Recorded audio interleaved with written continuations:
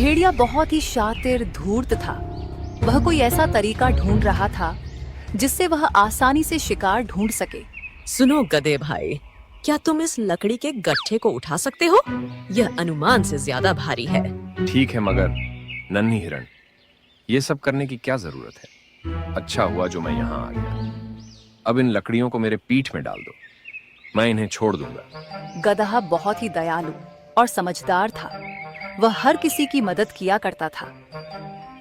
एक दिन भेड़िया बड़ी ध्यान से एक स्थान पर बैठकर सोच रहा था। तभी एक बैल उसके पास आया। क्यों भाई भेड़िए, ऐसे क्यों बैठे हो? बाबा बनने की सोच रहे हो क्या? यहाँ से चुपचाप खिसक ले, अभी कुछ गहरी बात पर विचार कर रहा हूँ। मर फिर यहीं, मुझे क्या लेना देना। तभी उसके दिमाग में एक उपाय आया। अरे वाह, इस बैल ने सारी प्रॉब्लम सॉल्व कर दी। अब मैं कल से इस जंगल में बाबा बनकर आऊंगा। अगले दिन मैं अब शांति प्रिय भेड़िया बन चुका हूँ। इस संसार से मेरा मोह उठ गया है बालक। पहले मैं नादान था, बेवजह यहाँ वहाँ घूमता रहता था और किसी भी जानवर की हत्या करके उसे खा जाता था। अब मुझे दिव्य ज्ञान मिल चुका है। जाओ जंगल में ऐलान कर दो, ज्ञान बाबा इस जंगल में अपना आशीर्वाद देने आए हैं। हिरण भेड़िए की बातों में फंस चुका था। वह सभी जानवरों तक ये बात फैला देता है कि भेड़िया अब ज्ञानी बाबा बन चुका है।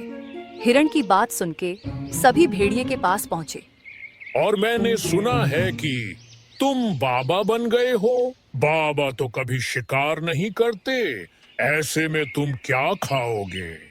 मैंने कब कहा कि मैं शिकार करूंगा बालक? मुझे मांस की अब कोई आवश्यकता नहीं है। मैं तो फल खाया करूंगा। तुमने बाबा बनने की शिक्षा कहाँ से ली? मैंने ध्यान किया बालक। उस ध्यान में मुझे प्रभु ने आशीर्वाद दिया और कहा कि मैं इस जंगल का कल्याण करूं। तभी एक खरगोश वहां पहुंचा और बोला, बाबा जी, कोई चमत्कार कीजिए। मेरे बच्चे के पेट में बहुत दर्द हो रहा है, उसका इलाज कीजिए। तुम चिंता मत करो बालिके, मैं अभी एक मंत्र फूंकता हूँ और तुम्हारा बच्चा ठीक हो जाएगा। हिम क्ली हूँ फट स्वाहा। अब जाओ देखो कि ठीक हुआ कि नहीं।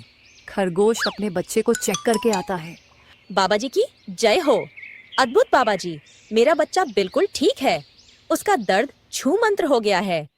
अब सभी भेड़िए की चाल में फंस चुके थे। उन सभी को विश्वास हो चुका था कि भेड़िया बाबा बनकर चमत्कार करता है। अब भेड़िए की रोज सेवा होने लगी।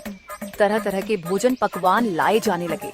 भेड़िए का दिन अच्छे से कटने लगा। मगर एक दिन रोज खाने के लिए मिलता तो जरूर है, मगर आखिर ठहरा मैं मांसाहारी जानवर, ये घास फूस कब तक खाऊंगा? वहीं दूसरी तरफ गदहा कुछ सोच रहा था। ये चमत्कार है या आंखों का धोखा? कुछ समझ नहीं आ रहा है। भला एक मांसाहारी जानवर बाबा बनकर शाकाहारी भोजन कर रहा है और सही रास्ते पर चलने की राह बता रहा है। जरूर दाल में कुछ काला है। एक दिन बच्चा जाओ और ऐलान करो कि बाबा सबसे कुछ जरूरी बात करने वाले हैं। भालू की बात सुन के सभी जानवर भेड़िया के पास पहुंचे। मेरी बात ध्यान से सुनो बच्चा। मैं जब ध्यान में था तभी मुझे एक सपना आया। इस जंगल में एक रहस्यमयी शैतान हमला करने वाला है। आप सभी चौकन्ना रहिए, मैं इसका निवारण ढूंढने की कोशिश करता हूँ। सभी जानवर सतर्क हो गए थे, मगर कोई न कोई जानवर एक हफ्ते बाद गायब होने लगे थे। इन सभी घटनाओं से गदहा कुछ सोचने लगा। भेड़िए के कहने के बाद से ही ये सभी घटनाएं घट रही हैं। क्या सच में उसने यह सब देखा है या फिर कहीं उसी की चाल तो नहीं है? आज रात को जंगल में पहरा देना होगा। रात की चांदनी अब धीरे धीरे गायब होने लगी थी। जंगल खामोशी के आगोश में शमा चुका था। गधा एक पेड़ के पीछे दुबका हुआ था। तभी उसे किसी के आने की आवाज सुनाई दी। गौर से देखने के बाद उसे मालूम हुआ कि यह तो भेड़िया है। अच्छा जी, दिन में बाबा और रात में शैतान। पीछा करना पड़ेगा। आखिर ये करता क्या है? अरे खरगोश, यहाँ क्या कर रहे हो? तुम्हें मालूम नहीं क्या आसपास शैतान घूम रहा है? इस रात के अंधेरे में मैं अपना रास्ता भूल गया हूँ बाबा जी। क्या आप मेरी मदद कर सकते हैं? अरे मेरे साथ चलो, मैं तुम्हें रास्ता बताता हूँ, मोक्ष का।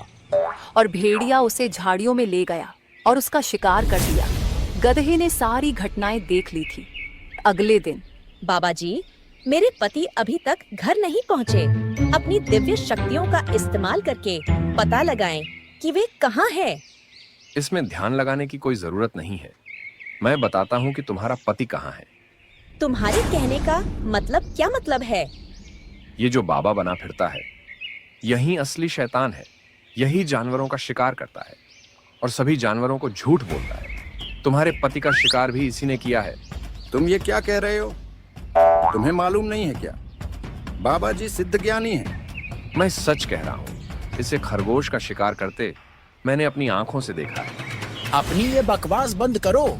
बाबा जी ने अपनी सिद्ध से चुटकी में खरगोश के बच्चे का इलाज किया है और तुम कहते हो ये ढोंगी है। सारे जानवर गधे की बात पर जरा सा भी विश्वास नहीं कर रहे थे।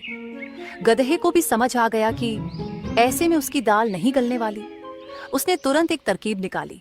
आप सब कह रहे हैं तो मैं मान लेता हूँ कि ये मेरी आंखों का भ्रम है। मुझसे बहुत बड़ा पाप हो गया। आप सभी मुझे एक बार प्रायश्चित का मौका दें। ठीक है बालक, बाबा तुमसे नाराज नहीं है। फिर भी तुम मेरी सेवा करना चाहते हो तो इसमें तुम्हारा ही कल्याण होगा। बाबा, आज आप मेरे यहाँ भोजन करेंगे। मैं समझूंगा कि मेरे पाप थोड़े कम हो गए हैं। ठीक है बालक, हम भोजन करने आएंगे। स्वादिष्ट पकवान तैयार करके रखना।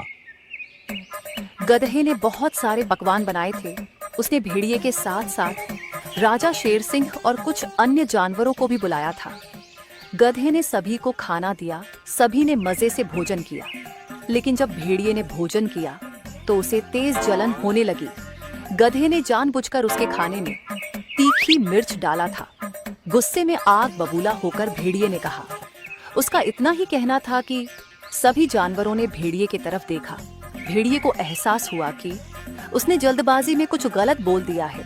तभी उसने बात को काटते हुए कहा, अरे बालक गधे, तुमने मिर्च ज्यादा डाल दी है। थोड़ा ध्यान रखा करो। बाकी जानवर तो कुछ समझे नहीं, मगर शेर सिंह को भेड़िए के इस बर्ताव पर कुछ शक होने लगा।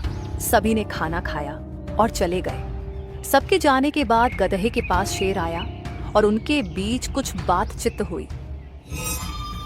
अगले दिन ये गधा अपने आप को बहुत होशियार समझता है। उसे मेरी किसी भी बात पर विश्वास नहीं होता।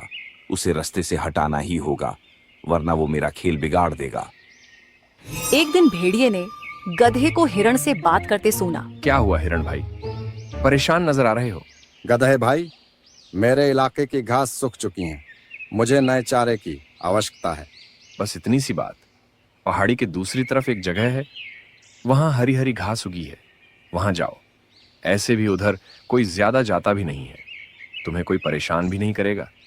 भेड़िए के खुरापाती दिमाग में एक उपाय आया। अरे वाह, जब ये हिरण वहां पहुंचेगा, मैं पीछे से इतना जोरदार हमला करूंगा और इसे घायल करके भाग जाऊंगा। और जब ये यहाँ आकर अपना दुखड़ा रोएगा, तब मैं सारा इल्जाम इस गधे के ऊपर डाल दूंगा।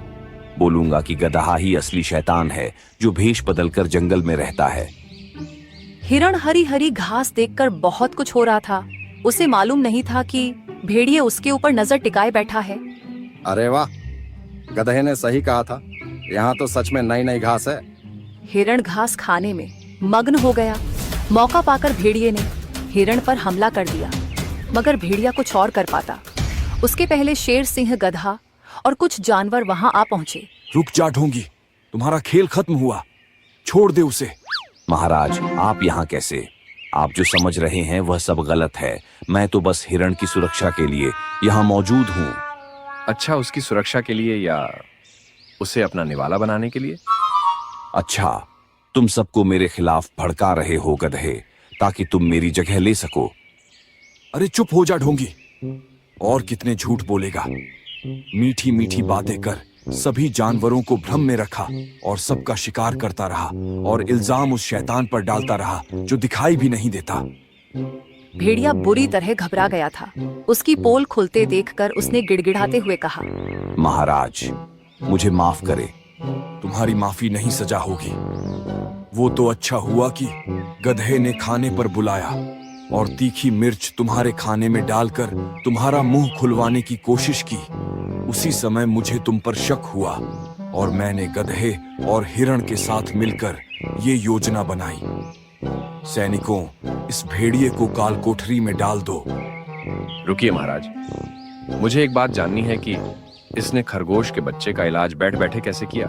मैंने खरगोश के बच्चे को एक जड़ी बूटी खिलाई थी जिससे पेट में गैस बनती है और थोड़ी देर तक दर्द होता है, मगर बाद में दर्द अपने आप कम हो जाता है। खरगोश जब आई तब दर्द था और जब तक वह दोबारा चेक करने पहुंची तब तक दर्द कम हो चुका था। गधे की योजना से भेड़िए की सच्चाई सामने आ गई थी। सभी जानवरों ने गधे से माफी मांगी और कसम खाई कि बिना जांच पड़ताल करे कभी भी किसी की मीठी बातों में नहीं आएंगे।